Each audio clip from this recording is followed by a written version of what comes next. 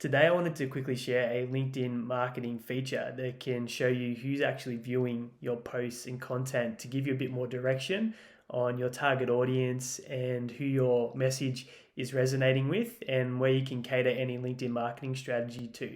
So if you click on the Me icon up in the top navigation and you scroll down to Posts and Activity, you'll see it brings up all your activity. If you go across to the third option and click on post, it's going to bring up a feed of every post that you've put onto the LinkedIn platform. And here's where you can extract those analytics and get some pretty cool data. So if I scroll down to my most recent video or post, I can click on views of my video and you'll see it brings up video performance. But what I'm actually looking for here is this audience tab. So if I click on that, and I scroll, you'll see that this content piece resonated mostly with business owners and executive directors based in Melbourne or Sydney.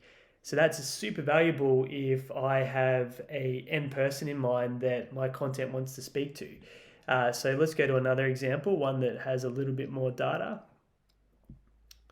So this one has 91 views, so we'll click on that. And with this audience, you'll see that 18 of the views were salespeople. So naturally, this has appealed to a salesperson more than anyone else in my network. And again, the majority are in Melbourne and Sydney. So if you do a content piece and you notice that it gets more traction than other pieces that you did, it's wise to come and actually look at who consumed it, because then you can cater future posts and content to the same audience, and that can be a way to expect similar traction and to start catering and tailoring the message and marketing strategy that you use.